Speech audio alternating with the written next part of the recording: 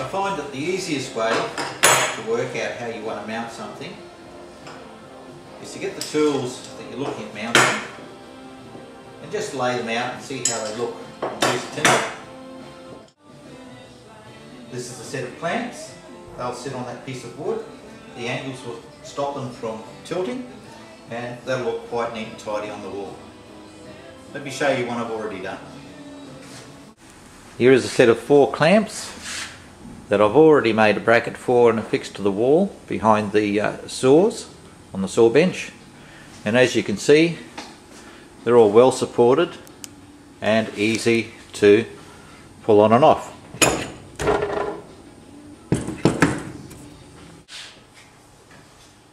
Okay, just a quick look at what I'm doing in this corner, the second last corner of the workshop. What I've done is I've taken an old vanity, one that's been sitting around for about 2 years now, and I've slotted it against the workshop wall. I've made a little bit of a frame here to extend the desk area because I want somewhere to do some electrical projects. I was lucky enough many years ago to save an old sink top frame from the house when we did some renovations, and as luck would have it, it is almost the perfect size to go across this desk. As part of this project, I've been looking around for anything that's been lying around to reuse in any way I possibly can. Once I put an insert in here, this will become my electrical workshop area, drawers for tools, a little shelf underneath for projects. This is a drawer section I showed you earlier. I had previously thought of making this into a drawer section for my router bits and driver bits, but since then I've had a rethink and a reorganisation, and I've decided just to stick it up on the wall in this area here. And there you have a place for all my drill bits. And there you have it. Here's the next step. I've got this old red toolbox. It's been sitting around for many years, been very useful. And I need to do something with it. So having a look around the workshop and in my bits and pieces trays,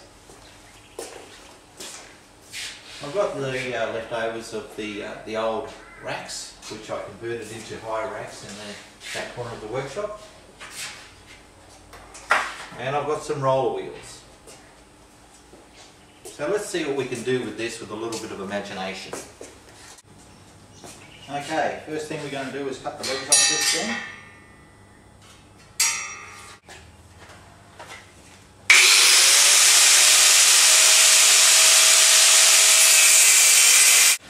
Cut the legs off our stand, we've ground it off, make it reasonably flat. Now we just grab an old piece of wood. It's on the bottom, so I don't mind using a second-hand piece. Screw that down and put some wheels on it. Okay, wheels are on.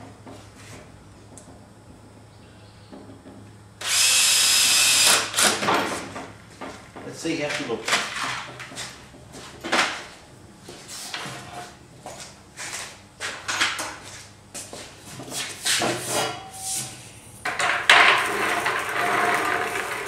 Wonderful. Now all we need to do is make the top and put the toolbox on. Now we've got it all painted, you can see how I can turn an old bunch of shelves into a holder for my red toolbox. It's on rollers, so you can turn it down, move it around the workshop anywhere you want it to. So now let's see what it looks like with the toolbox on. And there we have it.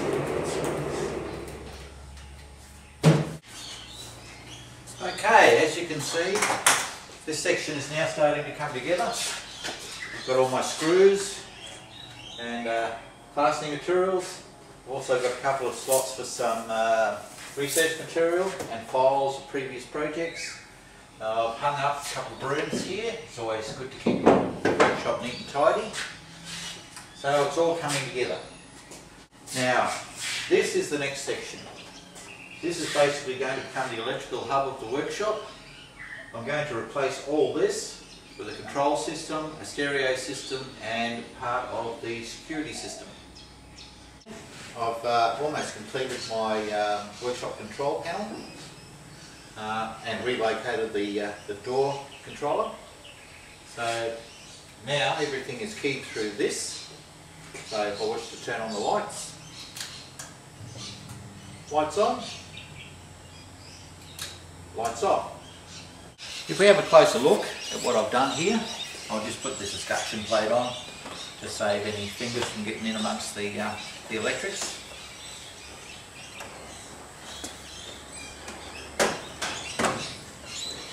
There we go, nice and safe and protected.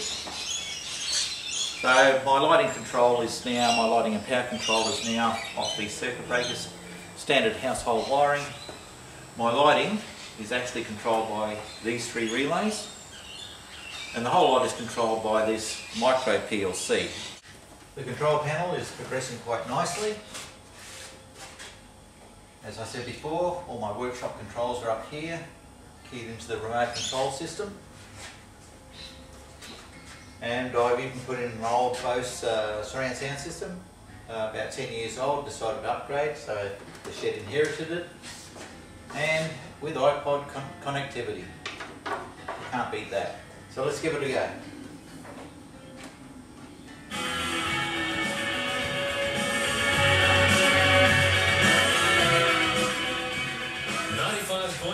Every shed's got to have music. As you can see from this table, I've still got a few things to hang up and find homes for. But right now, I think I'll end this video. It's the second video in the series, and we'll carry on in the third video. And we'll show you what the finished product is.